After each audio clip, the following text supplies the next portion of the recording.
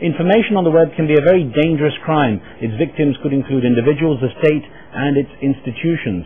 You think, I mean, I want your response to the minister's statement, but also the fact that you think that the internet is at least blogging is the sort of last free voice in Egypt. Why is that?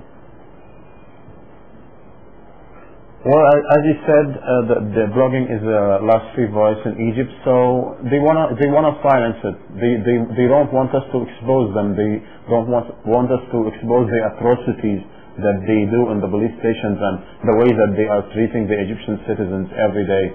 So the minister had to say something like that because they think that exposing them is a crime that shouldn't happen, and it really annoyed them that for the first time issues like that are being discussed.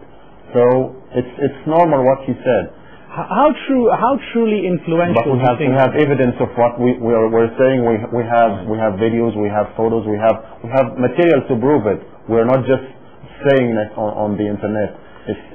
It's something that we have hard evidence. Right. Well, how widespread is blogging monitored by the Egyptian public? How many people really have access to the internet where they can actually see things like broadband, for example? How widely watched or read are the blogs by the Egyptian public?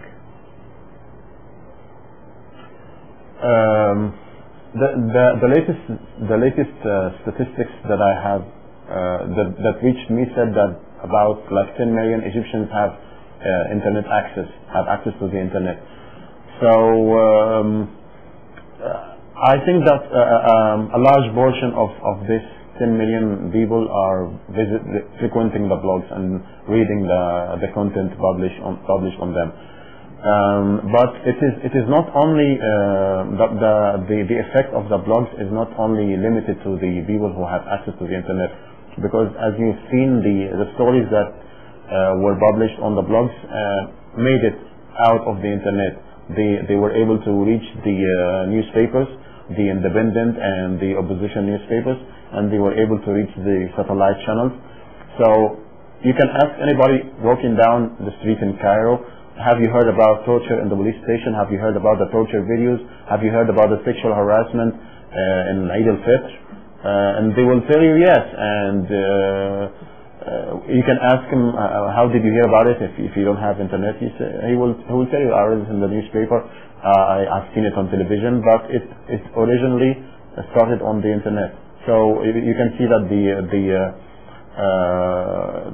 exposure is not limited to the internet and to the people who have access to it.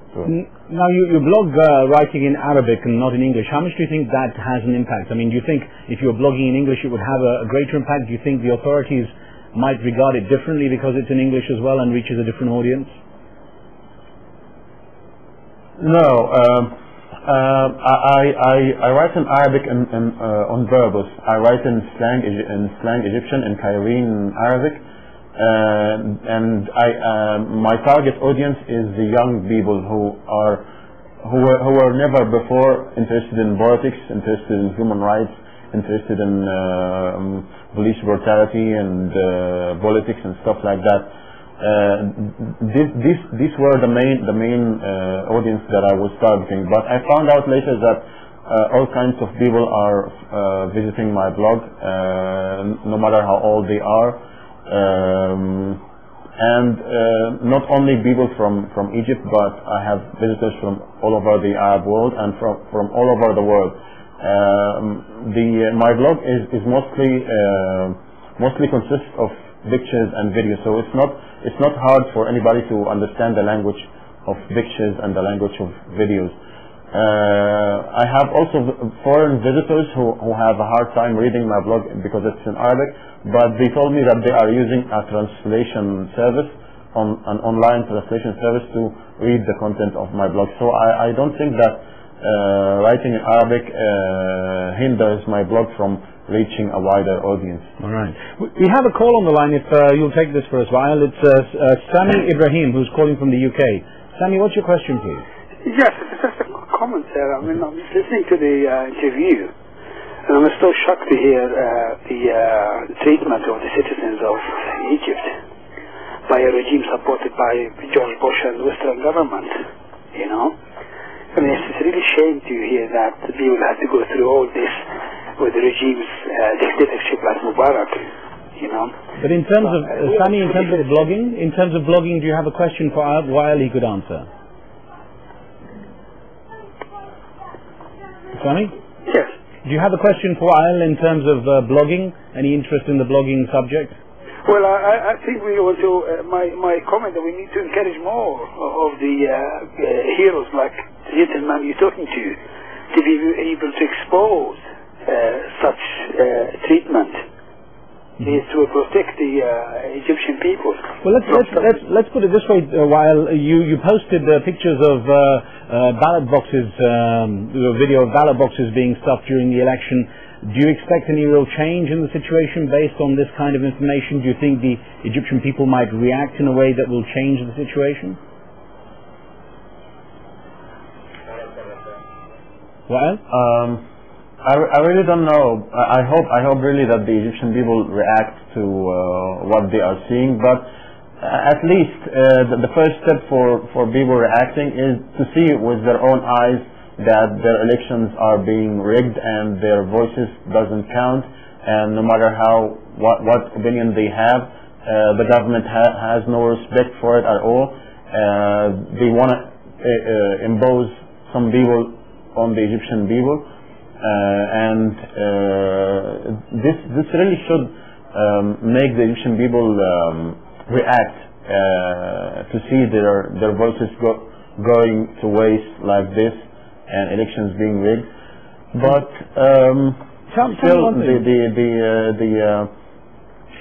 tell me one thing. But tell me just briefly. We've got about a minute left. Tell me about your time in the United States when you spent some time with Slate magazine. How did you find that, and the comparison with the media in Egypt?